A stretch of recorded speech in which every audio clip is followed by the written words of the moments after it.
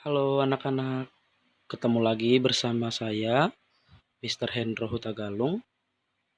Sebelum kita memulai pelajaran kita pada pagi hari ini, saya mau tanya kepada kalian semua. Udah pada sarapan belum? Ya, jangan lupa sarapan ya, supaya belajarnya lebih semangat lagi. Nah, pelajaran kali ini kita akan lanjutkan di tematik muatan bahasa Indonesia. Kalau di hari Senin yang lalu, kita sudah belajar di muatan PPKN. Nah, baiklah anak-anak, kita akan masuk ke muatan bahasa Indonesia. Apa yang mau kita pelajari di muatan bahasa Indonesia ini?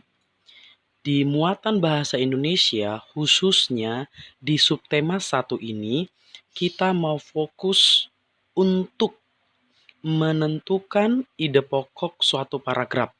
Ingat, menentukan ide pokok suatu paragraf. Ya, baik. Siapa yang masih ingat apa itu ide pokok? Nah, mungkin bagi kalian ini tidak asing lagi untuk menentukan ide pokok. Nah, untuk lebih dalam, yuk kita lanjut mengenai pelajaran ide pokok. Nah, ide pokok adalah masalah utama yang dibahas dalam suatu paragraf. Ingat, ya, saya ulang, ide pokok adalah masalah utama yang dibahas dalam suatu paragraf. Kalau dikatakan masalah utama, inti dalam satu paragraf itu, ya, itu ide pokok. Namanya aja sudah ide. Ide itu apa? Gagasan, pendapat. Pokok itu apa? Utama, dasar. Ya, jadi gagasan utama. Nah, istilah-istilah ide pokok yang paling sering digunakan dan yang paling sering kamu dengar itu ada banyak.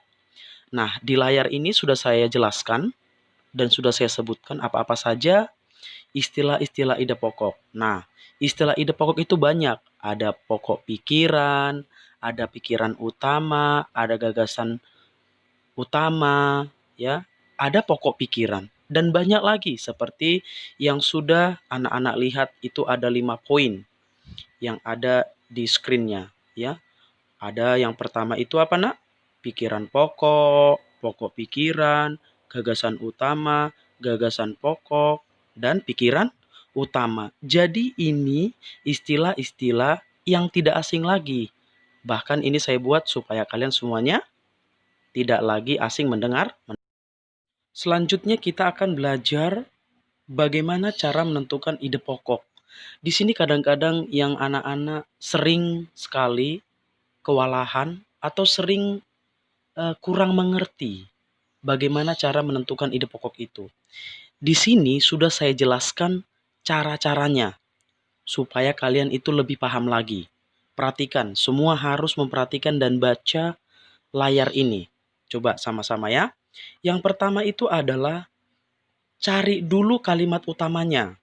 Ya, jadi cara menentukan ide pokok yang pertama adalah cari atau tentukan dulu kalimat utamanya. Nah, kalau dikatakan kalimat utama, jangan kamu katakan, "Oh, kalimat utama berarti dia selalu di awal." Oh, enggak. Bukan ya, anak-anak. Kalimat utama itu boleh di awal, boleh di akhir, boleh di awal dan akhir atau dikatakan campuran. Nah, pertanyaannya, "Sir, bagaimana dong menentukan kalau kalimat utamanya di awal, di akhir, dan campuran?" Nah, di sini saya akan jelaskan. Kalau kalimat utamanya di awal, ya, itulah yang disebut dengan paragraf deduktif. Bagaimana ciri-ciri kalau dia kalimat utamanya di awal? Kita perhatikan. Nah, kalau kalimat utamanya di awal, itu ciri-cirinya terdapat repetisi atau pengulangan, ya. Kalau dikatakan repetisi pengulangan, pengulangan dari mana? Misalnya di kalimat awalnya itu ada pengulangan, maka itu disebut kalimat utama. Contoh nih, ya, dikatakan begini. Jagung adalah makanan atau bahan pokok yang ada di seluruh negara, khususnya di Indonesia. Titik. Di Indonesia, jagung dijadikan A. Kan ada di situ pengulangan. Di Indonesia, nah, berarti ditekankan lagi Indonesianya. Artinya itu adalah repetisi, maka kalimat utamanya berada di awal. Iya. Yang kedua, kalau kalimat utamanya berada di akhir, ciri-cirinya bagaimana? Itu, perhatikan. Terdapat kata penghubung. Nah, misalnya kalau dikatakan terdapat kata penghubung oleh sebab itu, nah begitu ya. Ada kata penghubung atau dikatakan conjunction kalau dalam bahasa Inggris ya. Nah, yang selanjutnya apa? Kata penghubungnya. Oleh karena itu, jadi. Nah, itulah kalau kalimatnya di akhir kalimat utamanya. Namanya juga udah akhir. Misalnya di situ ada kayak dikatakan kesimpulan, ya. Oleh sebab itu, maka, dengan demikian, bahkan. Nah, itulah kalau dia kalimat utamanya berada di akhir. Nah, sedangkan kalau kalimat utamanya berada di awal dan di akhir, itulah yang dikatakan paragraf campuran. Jadi ingat, kalau kalimat utamanya tadi di awal deduktif, kalau di akhir induktif, dan awal dan akhir adalah campur. Untuk mengetahui lebih dalam, menentukan ide pokok, ya, di mana kalimat utamanya apakah di awal atau di akhir atau awal dan akhir, ya, kita masuk ke contoh biar lebih paham. Perhatikan semua anak-anak ya. Ya, contoh yang pertama. Jagung merupakan salah satu tanaman yang dijadikan bahan makanan pokok di berbagai negara. Salah satunya di Indonesia. Di Indonesia, penduduk Pulau Madura menjadikan jagung sebagai makanan pokoknya. Jagung merupakan salah satu tanaman penghasil karbohidrat yang sangat diperlukan oleh tubuh. Nah, kita perhatikan satu-satu. Kita lihat dari awal ya sayang ya. Jagung merupakan salah satu tanaman yang dijadikan bahan makanan pokok di berbagai negara. Salah satunya di Indonesia. Titik itu ya untuk pertama. Perhatikan di kalimat keduanya. Di Indonesia, nah tadi kan kata Indonesia sudah ada bukan di kalimat sebelumnya? Sudah. Lalu ditekankan lagi, diulang lagi kan? Di Indonesia, maka kalau ada pengulangan dari kalimat pertama, gampang sekali. Maka ini kalimat utamanya berada di awal. Berarti kalau sudah ketemu kalimat utamanya di awal, inti permasalahan dari kalimat utama itu, inti dari permasalahan dari kalimat utama itu apa? Nah, mengenai jagung kan, maka kita simpulkan. Apa itu? Jagung salah satu bahan makanan pokok di Indonesia. Nah, itulah ide pokoknya. Gampang kan? Nah, saya ulang.